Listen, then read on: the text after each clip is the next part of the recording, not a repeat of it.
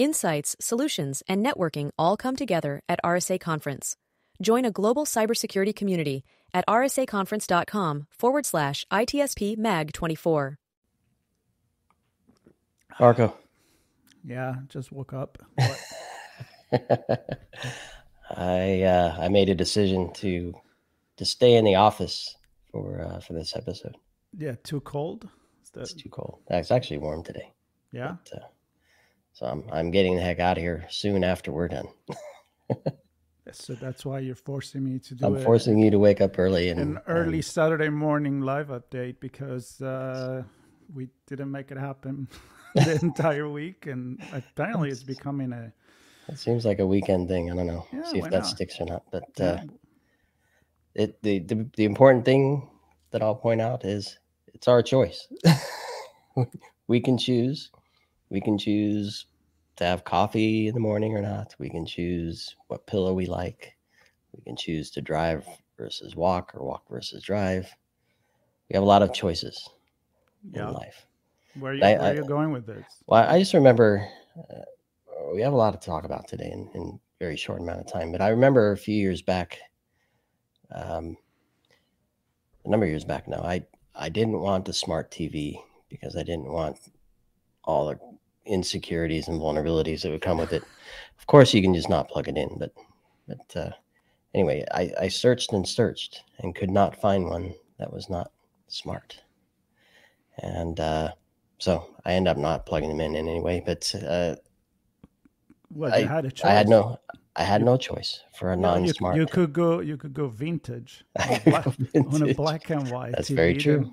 Maybe it doesn't even work on your cable. That's right. System. Just smack the current one up the side and hope the fuzziness goes away. Yeah. So where are you going with this? Are you referring to that chat that we had this week with that guy about that 4-wheel thing with an engine or not? Sometimes it's called. Most people call it a car, but is it really a car anymore? Yeah. Some people call it a mobile phone on wheel. It is like a mobile phone on wheels, and I mean that was a really cool chat. Trying to remember his name here. It was Scott Sheehan. Yeah. And I mean, when that episode comes out, I encourage everybody to listen to that. But it obviously struck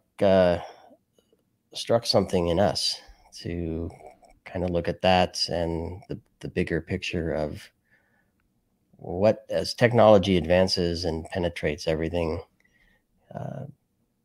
do we have a choice for non-tech options? And you and I talk about this quite often.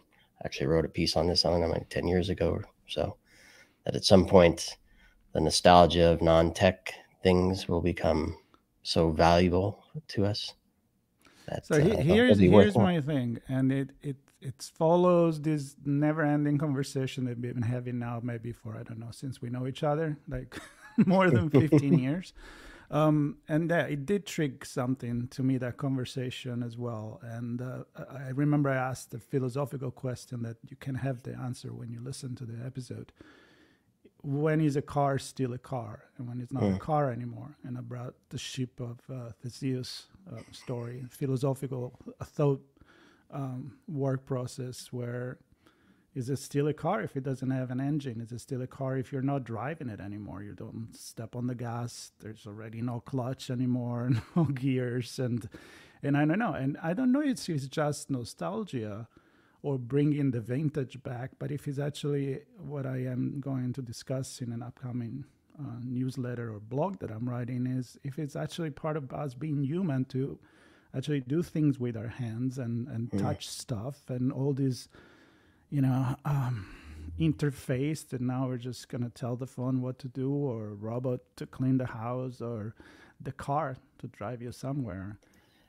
I don't know if to a certain point it's just novelty and it's going to fade out, where technology balance with what it means to be human, which maybe, as you always say, go in the wood and, get off the grid for a little bit and get your hands dirty on an engine, old school. Well, it makes me wonder, I think we're being led by the tech visionaries. right? Right. And this is just one example. The tech visionaries saying, this is really cool. It'll make your life better. We think you should move from whatever you're doing now to this new thing. And I'm making money. And I'm making money off it. But your life's better, according to them. They know best. They've done research, presumably, maybe not. So that's one path into this world. The other one, I watched a video this morning about a gentleman in the UK who looks at a lot of automobile stuff, and mainly, or not mainly, but a lot of EV, electrical vehicle stuff as well. And another path into the same realm is policy driven, where governments say the best thing for us. And I'm not going to debate whether it is or climate change. I'm not discounting that or anything, but whether or not we have to move all EV for vehicles. And the point that I wanted to pull from this video, not whether EV is good or bad or whatever, is that as consumers, they're pushing back on at least the current technology. It doesn't quite suit. It's not as flexible, not as long lasting, not as the resale value of EVs is less, and the price of new ones are still skyrocket high, and the technology is not quite there. But the point he's making is consumers are not buying as many EVs, and the market's getting filled with used electrical vehicles. So the market is deciding in that case that even though policy says by a certain time, if the technology can't keep up, then maybe humans, at least the market, says. I think you can go both ways. In a way, yes, the consumer is making a decision, but maybe it's just too early to push this, meaning that the infrastructure is not there. I mean, you have some funny example of spending an hour on a rental car recharging. I've seen stuff where the Tesla charger were not working when it was super cold not too long ago somewhere. Like literally they couldn't charge the car. So, people driving petrol, just to use the UK term for that, will just honk to them and say, bye-bye, we're out of here, right? So I guess it can go both ways, meaning if we had the infrastructure and it was enough demand, the cost could go down and probably people would be happy about it. But also maybe a battery should recharge as fast as or not as inconveniently as how easy it is to pump the gas and how many gas pump. I mean, good example, I'm going to park my car with my dogs and we're going to do a long drive next week. So I would probably do some live event or recording from the road. So and you have to do the honking thing. Yeah, I don't drive a truck, but it's okay. But the point is, imagine if I had to do that, which is going to be a long drive, with an electric car. I mean, as much as I love the environment, as much as I want to, everybody to drive that car, couldn't be feasible unless you spend another extra day just to charge and maybe to go other places, because on your ideal route, you're not going to find that. So again, I don't know how much is that we're just ready for that, and how much is the decision of the people not wanting to do it. So I had a conversation with a research for innovation at Nokia during CES, which I got to bring it back to have more conversation, because we had a lot of fun. And we were talking about how fast ChatGPT or generative AI have been going in the hands of people. Yeah, it's on your phone, right? But the infrastructure is there. It's the internet, the API and all this kind of stuff. I want to try it. Here it is. On the other hand, the internet took a long time to reach that many people because it wasn't easy. Dial-up modem. You needed to be a damn engineer to connect to the internet. It wasn't fast. You had to build the infrastructure, but when the infrastructure is there, then it can be faster. So and it's I had it's a few weeks ago now. I'm still publishing. It'll come out on Monday. A conversation with Mick Douglas and Dennis Cruz, And the question was posed by Mick Douglas: do LLMs belong, large language models, belong in a SIM, security event information manager? I have no idea. And of course, me in the middle, having built one many, many years ago, I have my own thoughts, but then those two on the show had their own thoughts, and a lot of back and forth, some agreement, a lot of disagreement. And as a tech/ops person talking to tech ops people, one might think it's all around the tech and the ops. Is it feasible? Will it fit into the business? Is it a good thing, a bad thing? What risks do you introduce? And the reason I'm bringing this up is a very interesting moment happened. It was a tangent that went into a rabbit hole that ultimately said, regardless of whether it is or isn't good or bad, it might not be fiscally feasible. It might be too expensive to do it, which was not something I expected to come out of that conversation. So what is the reason? So what will make it better? Me being ignorant on this, like, what is the pro and the cons of, let's say it's feasible, but is it actually bringing the improvement that should bring? So, yeah, the gist of it. It may be a stupid question what I just asked, but you can tell me that if it is. I think, it's hard to summarize the whole conversation. My take is it's a good thing. Mick doesn't believe so. Thinks that, I'm going to encourage everybody. I'm not going to try to restate his. Well, I guess my question is the usual question that we ask many times. Should we do it just because we can do it? Right. Or should we do it because it really has an advantage, which could reconnect to, are we doing the electric car because we really want to? Are we really doing the voice interface because it is better? Or are we just getting all excited by all the blinking lights and funny noises, and then one day we're like, I kind of want to push those buttons. I kind of want to drive that car. You know what I mean? Yeah, well, maybe kind of to the same point we're making today, I think it's inevitable that technology ends up in there. Maybe not today because of cost or other reasons, but I think there's no way a human will be able to keep up with all that. It's basically data, right? Looking at data, finding something that needs to be resolved from the signals in that data, and taking resolution. There's no way a human's gonna be able to keep up with all of that as things continue to grow and scale and whatnot. So, does it kind of like is a human? Right? Not quite there yet. But that's my point. Is a human to just keep going, keeping changes of our being human, our humanity. And I'm getting philosophical here, and then I'll write more about this.